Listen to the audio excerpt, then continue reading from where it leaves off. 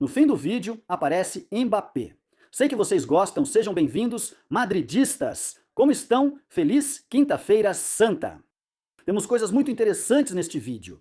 E fiquem tranquilos, não. Quer dizer, eu não vim aqui para fazer fofoca nem sensacionalismo, mas enfim, isso me chamou a atenção. Me chamou a atenção que esta seja uma das imagens do dia. Hoje, olha, eu tomo esse matcha latte há pelo menos 15 anos, desde que cheguei aos Estados Unidos, e acontece que é uma das bebidas favoritas do bom do Kiki. Aí está Esther Expósito, com quem um dia dançou Gabriel Rufián, vocês se lembram? Que Dani Martim, do El Canto Del Louco, fez uma música para ela. Bom, agora ela está compartilhando matcha lattes com Kylian Mbappé. Aí está a coisa, eles já não se escondem, como diriam os da imprensa desse tipo. Bom, isso não passa de uma anedota. Não joguem para mim esse, olha o que você está contando, ele é nosso artilheiro e nos preocupamos com ele. Bom, ele está feliz, isso é muito importante, cuidado, isso é muito importante. De qualquer forma, vamos deixar o vídeo um pouco mais pesado porque passamos de uma coisa muito bonita. Olha, o nosso Kiki está contente, ele está contente, está feliz, parece. Vamos ver quanto tempo isso dura, mas passamos disso para Laporta. Eu sinto muito, mas a atualidade passa por aí. Então, Laporta, que depois dizem que sim, Laporta. De tempos em tempos, ou seja, o Atlético faz comunicados, posta tweets para reclamar de como o sistema de arbitragem é injustíssimo. A favor do Real Madrid, único clube que quer mudar isso, enquanto os outros não querem, mas dizem que o Madrid é favorecido. E então, o Atlético faz comunicados. E bom, o Barça também faz comunicados. Mas ultimamente tem se vendido a ideia de que é o Atlético, quem escreve essas coisas. E, no caso do Barça, é só o Laporta, que de vez em quando faz algumas declarações ali. Como? Como? Muito de vez em quando, mas ele está lá todos os dias sendo presidente e mesmo quando não é. Olha, esse não é o ponto principal, seria incrível se eles fossem obrigados a falar catalão, aliás, mas não é sobre isso que estamos falando, não é sobre isso que estamos falando. Vamos ao que ele disse sobre Negreira, e bom, mentindo como sempre, né? Mentindo como sempre. O que é incrível é que não tenha jornalistas ali para dizer para ele, mas como assim o Madrid? Como é que ele diz que estão alongando os prazos do caso Negreira, sendo que são vocês, o pessoal ligado ao Barça, que pede adiamentos para que os investigados vão depor, né? Ou as testemunhas, né? Vamos ver isso, vamos ver também essa entrevista do Valverde, que é divertida. Uma coisa impressionante do Gonzalo Miró, ontem à noite no partidazo da Copes, sobre o jogo entre o Atlético e o Barça, que é neste fim de semana, como isso sim é adulterar a competição. Isso é adulterar a competição. Veremos a seguir. Mas, bom, como eu disse, aí está Le Cachalot, que diz isso sobre o caso Barcelona-Negreira. Vou ler para vocês porque, bom, está em catalão e como eu falo na intimidade, então, olha, de qualquer forma vem com legendas. Também não vou ficar me gabando demais aqui. Mas eu entendo sim, não preciso das legendas em catalão. Eu mando bem aí no idioma de...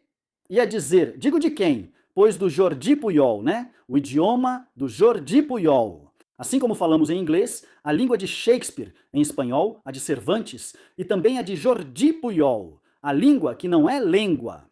Que os catalães não fiquem bravos comigo.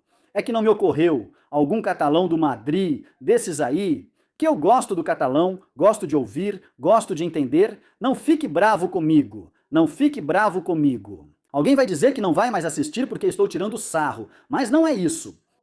Me dizer, olha, em catalão a gente fala a língua de fulanito. Pronto, é isso. Literato de há muito tempo que, igual, existe essa expressão feita. É que eu não sei. Desculpa, eu não sei. Então, a língua da porta também, né? É isso que diz. É verdade, sim. Realmente fomos condenados. Espera, deixa eu ver rapidinho. Eles estão falando aqui sobre a condenação no telejornal, né? Fomos condenados antes mesmo de sermos julgados. Está condenada antes mesmo de ser julgada no caso de Negreira e, no fim das contas, tudo o que ela faz é sempre colocado em contraponto. A isso estamos acostumados. Somos catalães e estamos acostumados. É o mesmo discurso vitimista de sempre, cara. Sim, disso eu gosto. Somos o Barça e estamos acostumados. Porra! E além disso, estamos tendo sucesso. Quando disserem aquilo de além do mais é além disso. Isso também faz com que você se acostume a que as pessoas reajam pontualmente. A oposição pontualmente. Mas acima de tudo, aqueles que aqui querem ter o Barça dominado. Um fala Madrid, o outro também. Ou seja, ao invés de, como dissemos antes, né? Ao invés de se comportarem como jornalistas, ficam sempre aqueles típicos propagandistas, né? Pois é, vão dando razão para ele e ainda por cima depois isso é o Madrid, né? Sim, basicamente é isso. Estamos em Madrid, estamos acostumados. Então, se até querem, no caso Negreira, querem questionar a parte mais gloriosa da história do Barça com o caso Negreira. da Barça. Que olha, repito, houve uma parte. Enquanto o Barça pagava ao Negreira, segundo Laporta, esses pagamentos vinham desde a época do Núñez e duraram mais de 20 anos. Também teve só uma parte em que tiveram ali, lá o Guardiola e alguns anos incríveis e tal, jogavam correndo naturalmente, mas também houve um longo período com os Heisiger, com os Bogardito, até com outras pessoas. É que isso eles fazem parecer, eles repetem isso o tempo todo para parecer que não, mas é assim mesmo. O Barça teve muitos jogadores ruins e estavam pagando o Negreira. Curioso que quando tiveram aquele grande time, Laporta quadruplicou o salário do Negreira, não foi? Mas enfim, disso ele não fala. Ele fala algo sem sentido. Já estamos acostumados com isso. Já estamos acostumados a mais? Tentamos olhar para frente, claro. Obrigado. E continuar com os objetivos que temos e procurar não perder. E o outro dizendo sim. Quando um exercício responsável e corajoso do jornalismo, ali deveria ter dito não, o senhor não fuja do assunto. Por que o senhor diz que os relatórios estão aí, se são os relatórios do filho de 14 a 18 e de 14 em retrospectiva até 2001? Quem fazia esses relatórios? Era o pai. Eram verbais. Não, me mostre eles. Não.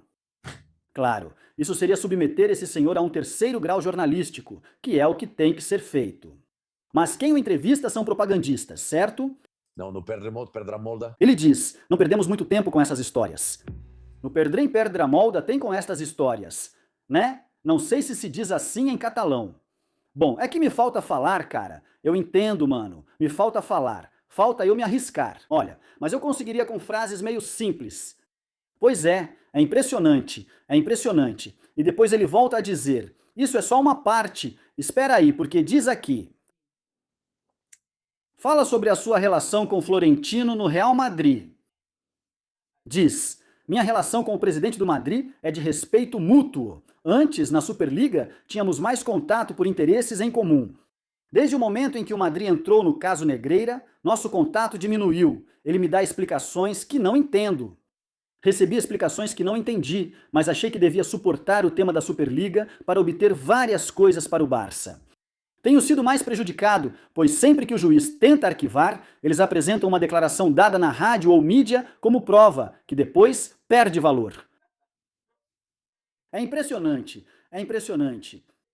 É verdade que houve coisas que o Real Madrid apresentou e que a juíza disse, não, isso não serve para mim, mas outras servem, outras muito graves servem. Quer dizer, continuamos dizendo a mesma coisa. Aqui, a prova contundente são os pagamentos que o Barcelona não podia fazer a um chefe dos árbitros durante 20 anos, que se não tivesse prescrito pela lei, pela via administrativa, o Barça teria sido rebaixado para a segunda divisão, para a primeira RFF ou para a segunda RFF.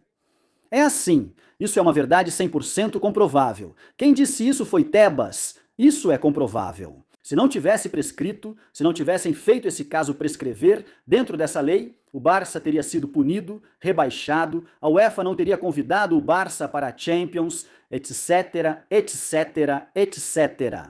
Como se fala pouco sobre isso.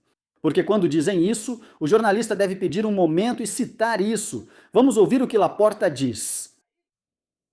Mas ninguém fala isso para o Laporta, cara. Nem o Juan Macastanho outro dia. Não. Ok, caso na via penal, tudo bem, beleza. Mas a via administrativa está aí. Eu sei, eu sei que já prescreveu, mas se amanhã o Levante, ou o Osasuna, ou o Granada fizerem isso e fizerem um único pagamento ao segundo chefe dos árbitros, eles são rebaixados ou não são? Pois é, são rebaixados. Então pronto, porra, é isso mesmo. É que é muito claro. Mas não tem um jornalista com coragem, bom, é que nem precisa ter coragem. É estar no mundo e conhecer o caso e dizer, Senhor, é isso. Mas por isso sempre digo para vocês, a via administrativa está esgotada, porque prescreveu, existe uma via ética que está sendo explorada. Bom, e tem a denúncia de Madrid à FIFA, e o bom relacionamento, bom, agora entre aspas, com a UEFA, para que a UEFA, em um processo que nunca foi encerrado, abriu em 2023 e não fechou, deixou suspenso. Pode continuar com isso. Cuidado! Acho que vamos ter novidades em breve, além da via penal que está na fase de instrução. Ainda não foi aberta hoje a fase de julgamento, mas como diz aqui Laporta, não, é que toda vez que parece que o juiz vai arquivar, desculpa, ele não disse que vai arquivar nada. Há razões suficientes, mais do que suficientes, para abrir a fase de julgamento. O que o Barça, ou pessoas relacionadas ao Barça, ex-presidentes e tal, fizeram foi prolongar isso. É alongar esses prazos justamente porque pedem para comparecer mais tarde. E a juíza tem que dizer, eu tenho que alongar isso, porque se essas pessoas me pedem para comparecer mais tarde, então aí já estão mentindo. O jornalista não chega a dizer para ele, olha, isso aqui, pum, vamos ver o que diz aí o Laporta. O Laporta, quando dá essas entrevistas, é pura propaganda. É inacreditável. Mas além disso, conduzida por propagandistas dele. Se houvesse jornalistas sérios na frente, diriam para ele, um momento, me explique isso. Poxa, para colocá-lo contra a parede. Mas enfim. Pois é sempre a mesma coisa. Como você diz, sempre entrevistam ele na Catalunha, tudo bem, mas Juanma Castanho, outro dia não poderia ter colocado ele contra a parede com isso. Ou seja, quando ele vai ao meio nacional. Ah, fala sério. Bom, ele fala, mas vejo que já estou mal e sempre que o juiz tenta arquivar, apresentam uma prova conclusiva. Ele diz que há um interesse muito obscuro aqui. Eles querem alongar o processo para justificar o que a TV deles diz, que juízes favorecem o Barça. Isso foi um desgaste, isso foi se desgastando, isso foi deteriorando a relação institucional, a pessoal, que era de respeito mútuo entre os dois clubes, ficaram muito deterioradas. Bom, então, é isso. Cara, é pesado, é realmente impressionante. E dito isso, olha, aqui também comentam sobre o Mbappé e a Expósito. O que houve ontem no jogo da Copa. Estão comentando sobre o Atlético de Madrid. Agora é a vez do Antonito Ruiz com as informações do Atlético. E o Juanma Castanho diz o seguinte, está aqui, Gonzalo Miró. Impressionante, se isso não é. Vamos ver, isso está sendo dito por comentaristas.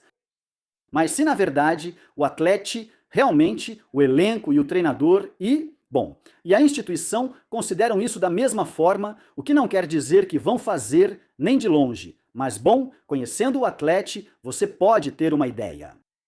Isso é adulterar a competição, não? Como deixam Para quarta-feira, por enquanto, fazer isso pela mídia, que já é bastante. Parece que o jogo de sábado para o Atlético é só uma formalidade pensando no que vai acontecer em Barcelona, no chat. o jogo de sábado do Atlético é completamente irrelevante. E a única coisa que eles têm que evitar é levar uma goleada, porque é impressionante como uma goleada sempre pode influenciar mais no ânimo, não pelo resultado em si, mas perder esse jogo, que energia ruim. Nada, Não tem nenhuma importância em Ah, classificação. Que não levem uma goleada, é importante passar uma boa imagem e que ninguém mais se machuque. Esse é o Palomar, cara, que o Gonzalo Miró diga. Depois tem outra do Gonzalo Miró, que vou contar no próximo vídeo, envolve o Vinícius e o Palomar também fala, cara. Ou seja, não, sim, senão claro. É irrelevante que não levem uma goleada, dar uma boa imagem, mas que diabos é isso? Eles estão na Liga, cara. Na Liga, o jogo da Liga é que, bom... E sanções nem nada disso, muito pelo contrário. Vamos lá e bem o contrário para o Barcelona. Importantíssimo, claro. Mas o Palomar, que era um cara que se meteu com o Mourinho, bom, enfim, ele odeia o Mourinho porque ele considerava que ele vinha para atrapalhar o futebol espanhol. E tal? E suas artimanhas e seus truques sujos? Olha, e ele está dizendo isso agora como jornalista, ele está dando uma opinião, mas enfim, ele está dizendo que o Atlético, o que tem que fazer é não levar goleada também. Como assim, cara? O Barcelona vai ao Metropolitano, um dos jogos mais difíceis da temporada. Em uma situação ideal quanto ao adversário, Idílica. Bom, agora temos que saber o que acontece, mas vamos começar pelo sábado. não falo de sábado, falo da Champions, que é diferente. Mas sábado, com a mentalidade do Atleti e as baixas do Atlético de Madrid na Liga, vamos, me parece que então... Se o Madrid ganhou antes, que joga antes, então você vai entrar pressionado. Ou seja, tem que ganhar o jogo. Claro, Na frente eu nunca vi o Atlético jogar rendido, quer dizer, já vi jogar mal, mas rendido não, e não acho que esse vai ser o caso. Ou seja, o Barça estaria muito enganado se pensar que o Atlético vai ganhar deles. Desculpa, o Atlético, quando pôde baixar os braços contra o Barça, por esse tipo de situação, de classificação e tal, baixou mesmo. Já vimos goleadas tremendas do Barça no Atlético. O caminho, porque concordamos que pode ser muito mais importante para o Atlético o jogo de quarta-feira. Miguel Rico tenta amenizar dizendo não, espera, mas o Atlético precisa se impor logo. Ele defende o Barça como pode, né? Mas vencer o Barça também vai influenciaria muito positivamente na moral deles, então é preciso ter cuidado. Jogar em casa para o Atlético de Madrid também traz um certo constrangimento, não é? Também Antônio Ruiz começou a dizer, um momentinho, que isso não fuja do nosso controle, gente, que o Atlético vai querer ganhar. Evitar passar vergonha diante de qualquer um, especialmente do Barcelona, que depois ainda tenta montar um time aqui. Falar não adianta, já que o público vai chegar e só vão ter cuidado com ele. Penso em Musso no gol, Molina, Lenormand, La Angra, Ruggieri ou Júlio Dico. E na frente, Atlético ou depois? É verdade que as ausências afetam todo mundo e as do Atlético são importantes, mas a direção que ele acabou de dar é muito ajeitada. Ou seja, Igual algum desses, não precisa do suco. É que quer dizer, é que depois chega esse aqui. Mas vendo sua atitude, Gonzalo, já é para vocês levarem isso? Claro que sim, é isso mesmo que estou te dizendo. Quer dizer, é que... Mas vocês fazem isso para facilitar ou para irritar também os madridistas? Não, olha, se você insistir, ou se eu for realmente muito técnico... Na verdade, para o Atlético de Madrid seria conveniente ganhar para que o Barça ainda esteja brigando no dia do Espanhol. O Barça está disputando a Liga, claro. E se o Madrid ficasse a 1 ponto no dia do Espanhol, que é o jogo que o Barcelona vai jogar, entre a eliminatória da Champions, ou seja, quero dizer que se eu for muito purista, evidentemente, pensando na própria eliminatória da Champions, é conveniente ganhar, mas o que eu não. Para o Atlético, Ao pé da letra, é importante que seja pressionado pelo Madrid na Liga, especialmente contra o Espanhol, principalmente esse jogo agora. O que eu não faria seria arriscar o mínimo com ninguém, ou seja, qualquer um que esteja um pouco cansado, que tenha jogado muitos minutos, qualquer coisa assim, nada é descansar. vamos lá. O normal é que com o gol na letra. E por sinal, fiquem aí com Gonzalo Miró e Dani Senabre nos debates da COP. Eles estão muito consternados, muito revoltados e muito preocupados com o que aconteceu em Cornella no outro dia. Beleza? Depois contamos algo sobre Gonzalo Miró. Vocês já sabem, mas há mais um capítulo impressionante, né? Eles bancam os dignos com isso e ainda tem esses dois na conversa. Vamos contar como eu disse no próximo vídeo. Por último, uma entrevista muito divertida com Valverde, em que ele fala que tem uma musiquinha aqui. Bom, ele explica um pouco aqui. Uma vez ao chutar, machuquei o ombro dele e fiquei arrasada. Alígio de Cian. Quando eu chutava nos treinos, que jogava com o filho de Cian, Zidane, antes de subir para o time principal do Real Madrid, acabei machucando ele. Ou seja, ele chutou forte. Ele pensou muitas vezes que, por ter machucado o garoto, iam mandar ele embora dali. Bom, então, diz que ficou machucado. Goleiros no treino, lesão ou deslocamento de ombro. E para Lucas Zidane, uma vez machuquei ele e quase morri de culpa. Era filho do técnico. Achei que seria mandado embora. Espetacular isso do Fed Valverde, que conta aqui Ataque Futeboleiro, que é se chama Terapia Picante. É um podcast e, bom, coincidiu ali uma entrevista e ele diz coisas interessantes, como quando entrou no vestiário do Real Madrid e via todo mundo.